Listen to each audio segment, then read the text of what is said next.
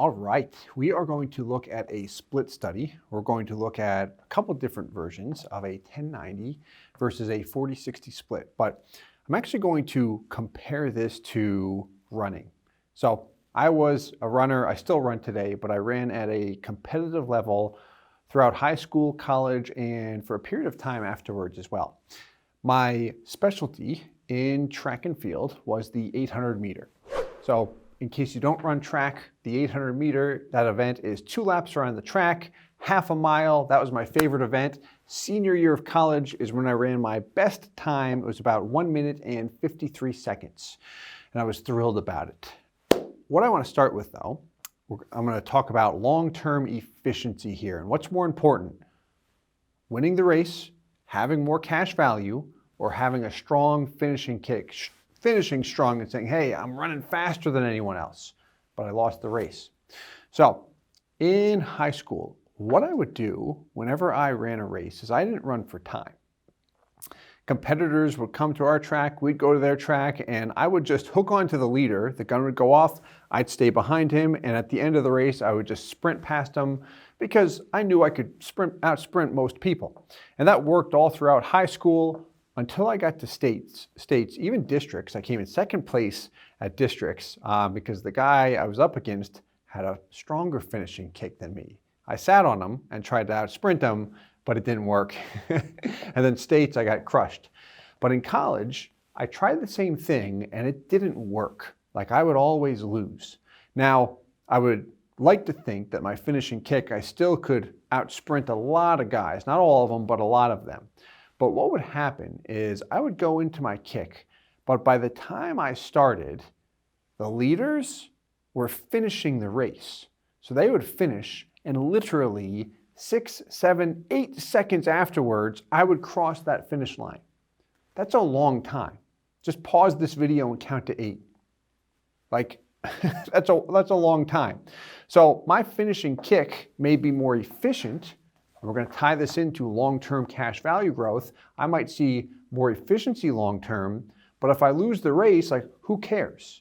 So if I'm going to relate this to a race, greater cash value, which one's going to give me the most money and put me in the best possible position, not only for cash value growth, but also to use the policy for other opportunities. That's where the fun's at. So let's get into it. Well, let me close that story. When I finally learned how to win that race, I stopped relying on my kick and I got out of the gates fast. I'm like, Steve, you got to move to keep up with these guys. And times drastically improved. High school and beginning of college barely was under 2 minutes. Junior year, got out faster. 155 was my best. Senior, 153. I wish I had another year. So what we're going to look at in this video and the next couple of videos, split studies. So 15,000 per year on a 40-year-old male, 1090 compared to a 40-60, same thing with $100,000 per year. So to begin, if you're paying money into a policy, where can it go? The base premium or the PUA component? Base premium dollars do not show up in cash value in the first and second year. Going back to running the 800 meter, I'm slow out of the gates with my base premium. Finishing strong, perhaps, on paper, I'm sprinting, looks good, but at the end of the day, I'm slow out of the gates, I don't win the race. Why base premium dollars do not show up in cash value with traditional products in the first and second year? The company overcharges me for the death benefit. Whereas PUA dollars, I can access them, start to earn the guarantees, dividends. This is the key to optimizing the cash value in a life insurance policy. A couple bullet points on base premium dollars. They're required to be paid. So if you want to add funds into PUAs, I must be paying my base premium. And to answer the question we hear sometimes as far as how long one should pay into a policy, it's up to you. If we take a policy like a paid up at age 100, we can pay until we're 100 years old, but a lot of times we can stop that after 10 years, 15 years, 20 years. We can adjust the amount over time. A lot of people we work with will go that route too to provide flexibility. Give me an option where I can fund for a long time, but I'm not committed to it. no cash value up front, and potentially stronger long-term performance than PUA dollars. So on an illustration, base premiums do project greater long-term value. The thing is, I have yet to see that ever actually happen. And proof of that is in this last bullet point, used by the wealthy and banks and corporations. When you look at what the wealthy do with high cash value life insurance products, they're maximized for cash value up front. What the illustration projects is great, but at the same time, it's like, who cares? I want the proof of performance. That's hard to get by some companies. Let me interject something in here. I talk about Elizabeth in videos, and we've got a podcasts with her as well. Brilliant, best attorney I've met for a number of reasons. You can check out the podcast and you'll know exactly what I'm talking about. But she knows cash value life insurance in and out.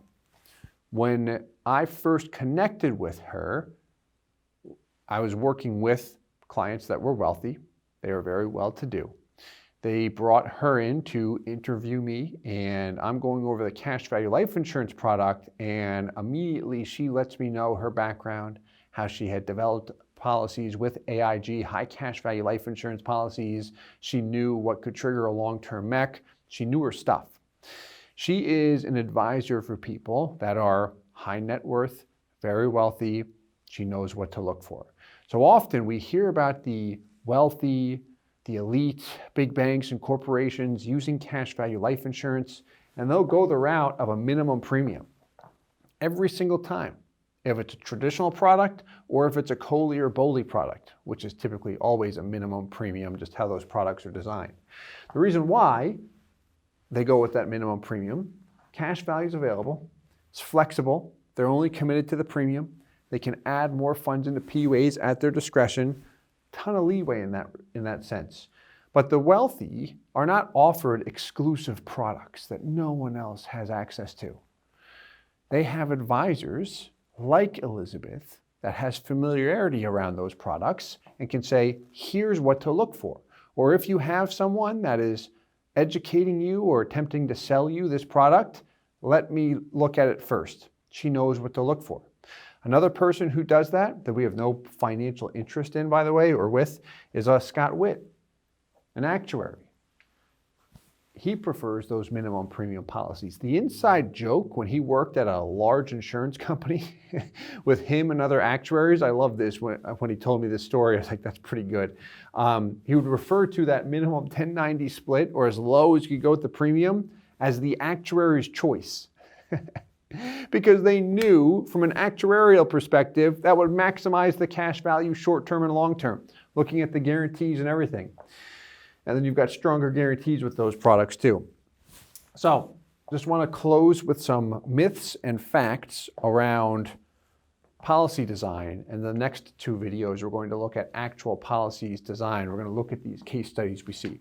So myth number one, a high base premium results in greater long-term efficiency. On paper, via an illustration, you'll see that. We're going to show that in the next video because I actually try to, every time we do, try and make that higher base premium option look as attractive as possible. Illustrations might prove this, but actual performance does not. They know what to look for. We do as well. Would you rather finish strong or win the race? Think of it this way. So if a high base premium projects greater long-term growth, but it doesn't give you more money at the end of the day, and it doesn't even come close early off, what would you rather have? More upfront and more long-term, or less upfront and you're getting close to the other one long-term, but you still don't have enough? You just see a little bit more efficient growth each year. Like, dude, I'd rather win the race. I don't care if I have a finishing kick because I'm finishing 7 or 8 seconds after everyone else. Like, it's embarrassing. No, I got to keep up. Fact, base premium dollars generate the majority of compensation. So when you look at policy splits, here is something to provide transparency really everyone should be aware of. Base premium dollars on a traditional product like a L100, like a paid up at 121, do not generate cash value in the first and second year. They do generate high commissions in the first year. So if I'm using one of the 4 major mutual companies, at best, I'm going to see a 90% payout rate in year 1. Not all companies are that high. We've got videos where we really dive deep into compensation. But what that means is if it's a 1090 split, take the $100,000 example, a $10,000 base premium would give me $9,000. A $40,000 base premium would give me what? A lot more. Would that be $36,000? So my point there, we do definitely, as agents, have an incentive to sell a higher split. That must be transparent. Now, other companies outside of the 4 major mutuals, if they offer life insurance in the state of New York, you'll see the exact same thing with that lower payout rate. New York has regulations. If it's a smaller company that chooses not to do business in the state of New York, the compensation on average may top out at 130. Some go up to 140%. So what's that mean? $10,000 base premium, $13,000, $40,000 base premium. I've got to do the math. Much higher, let's put it that way. So there is an incentive there to go with higher base premium products. Now again, I've got nothing wrong with agents making money, but if it is at the expense of the consumer, that's when it's just like not right. Like you gotta do to others as you would want done to you. That is the most important thing to do. If you don't do it, it's like you cannot try and sell a product with a high base premium, right? 40,000 or 40%, hoping, because illustrations might prove that you have more money long term, so I'm gonna go higher, hoping that you, the policyholder, might have more money when we've never seen it actually happen. Like what we've seen is when we kick this down to 10%, we see more money from start to finish, and based on actual proof and following the money, that's what works. When you look at bank-owned life insurance, it functions like a big PUA deposit. That's not what it is, but it functions just like that. When you examine the growth, how much death benefit it purchases, the internal rate of return from the BOLIs we've set up and the BOLIs we help service, like that's what it is. Bank-owned life insurance is what BOLI means. I want to close this video with this story. There's a couple I know that I admire them very much because they're humble considering how well off they are. They're going to do close to $100 million this year in annual revenue. That's impressive. They're younger than me. They were pitched on whole life insurance with higher base premium splits in the past. They did not move forward.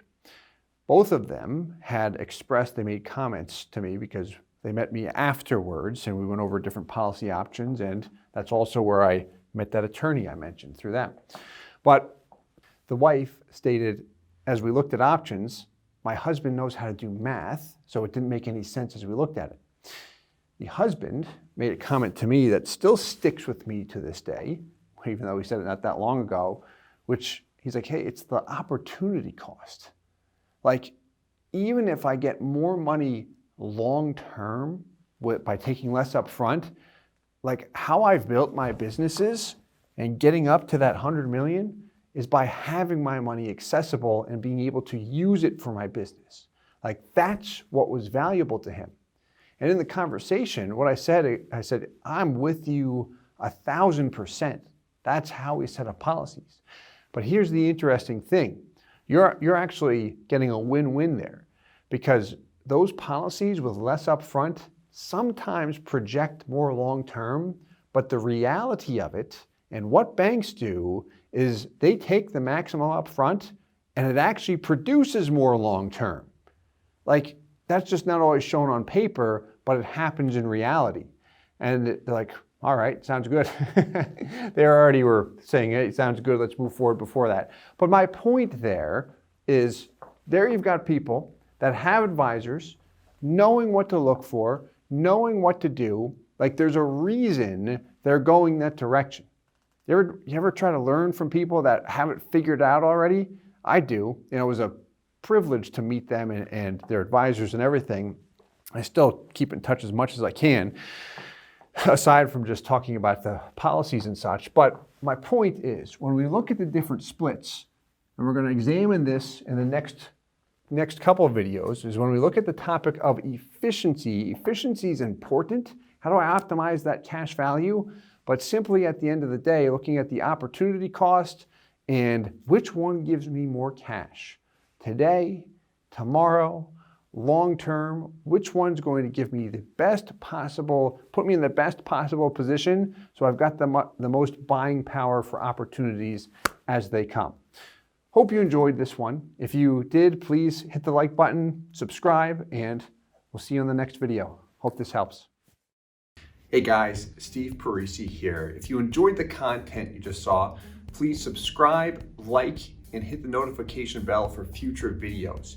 If you'd like more information or to see some custom policies for yourself, feel free to call or email our offices at the contact information below.